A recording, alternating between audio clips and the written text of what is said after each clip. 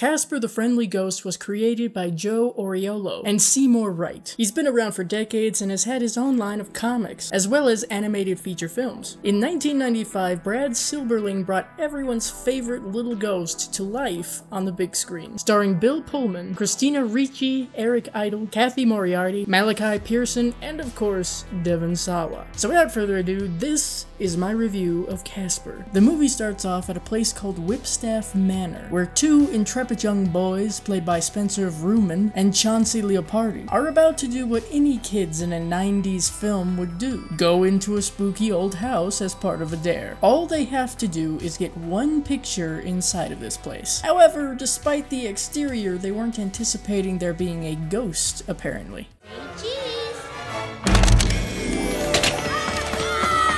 After this, we are privy to the reading of a will brought to us by the Dry Eye Guy. Remember him? Ugh. Moving right along. Aside from a host of other people and companies you probably didn't know existed, the daughter of said stiff, Kerrigan, played by Kathy Moriarty, is left with less than what she had hoped, to say the least. Whipstaff Manor in Maine. There is an intriguing bit of information though, as Dibbs, played by Eric Idle, discovers. So it seems Whipstaff Manor isn't as rubbish as Kerrigan had thought. There's just one, or rather 4 problems.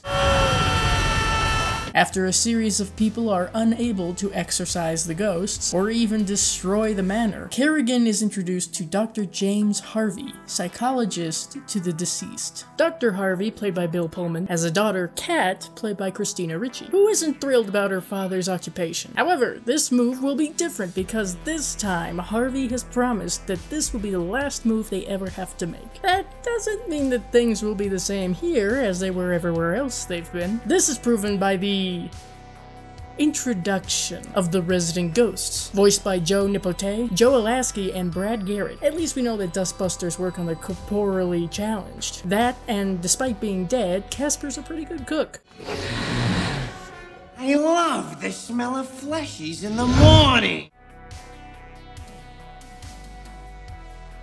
While Dr. Harvey sets to work on the uncles, Kat attends her first day of school. This is where she meets Amber, played by Jessica Wesson, and Vic, played by Garrett Ratliff Henson, as well as the rest of the kids in her class, who quickly gain interest in Kat for the sole reason that Whipstaff would make a great location for their otherwise cancelled Halloween party. At the same time, Dr. Harvey is struggling a bit with Stretch, Stinky, and Fatso. In an effort to, lift the good doctor's spirits, they take him out drinking. I guess if they're dead, you don't have to card them. During the preparation for the dance, Kat and Casper have some time to bond and get to know each other. This includes Kat working to help Casper remember portions of his former life, like the Lazarus machine his father built to try to bring him back to life. And what better time to put it to use than now so that Casper can attend the dance with Kat. One problem.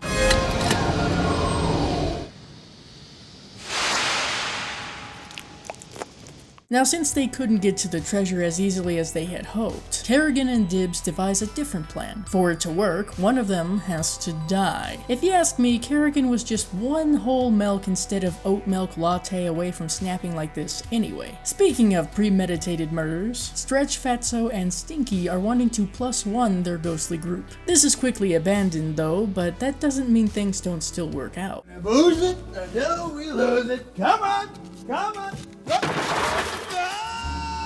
But speaking of falling to your death, I need to stop doing this. Kerrigan has returned to successfully retrieve the treasure and attempt to use the Lazarus, so she may cheat death and enjoy her riches. The problem is, as Kat and Casper point out, she no longer has any unfinished business. Thus, she's forced to cross over. With Kerrigan and Dibbs out of the picture, it's time to bring Casper back to life. However, a new problem floats in the form of Kat's now ghostly father. Casper decides to make the sacrifice to allow Dr. Harvey to come back instead of himself. Now Kat can attend the party already in progress unhindered, though Amber and Vic have to abandon their scare prank and make a swift exit with Stretch, Fatso, and Stinky scaring the shit out of them, which leaves Kat without a date for this event, at least until the now human Casper arrives thanks to Kat's mom Amelia, played by Amy Brenneman. This also gives Dr. Harvey the chance to get the closure he he's been looking for so long. Of course, at the stroke of 10, Because midnight is too late! Amelia leaves and Casper returns to his transparent state. With the party abruptly ended and a jazzy theme number, the credits roll. The special effects are pretty good for a mid-90s film. They stayed true to the look of the ghosts in the comics, while still making them seem like part of the real world. The plot managed to pull off a nice balance of childlike humor and emotional maturity. All of the actors were entertaining and engaging with their characters. Pullman and Ricci genuinely seemed to have a loving father-daughter relationship. Moriarty was a royal pain in the ass with moments of creepiness. Idol was quite amusing without being over the top, and the ghost voiced actors really brought their characters to life. Yes, I meant that pun. Something that I didn't catch until I was older was how Dr. Harvey was hired as a therapist for Fatso, Stretch, and Stinky in order to help them find closure and move on. But the three ghosts actually did this for him by reuniting him with Amelia. The score is beautiful. Just listening to it on its own is a story. James Horner did a fantastic job of conveying every bit of bouncy humor and deep emotion with it. I really like Whipstaff Manor. The whole design of it is extremely unique, and still manages to remind you of past haunted houses and mansions. It pulls off a whimsical and eerie look, without venturing too far into Tim Burton territory.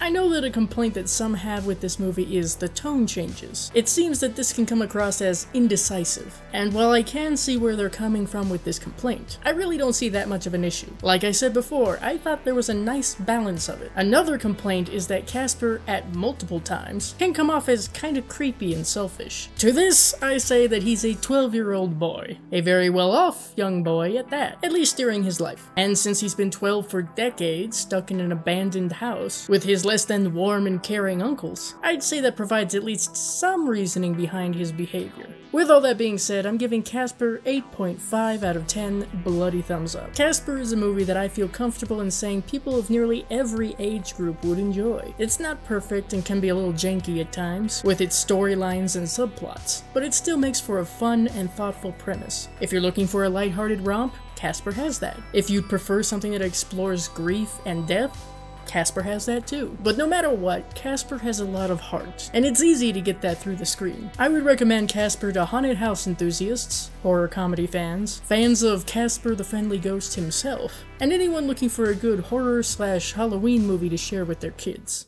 See you later.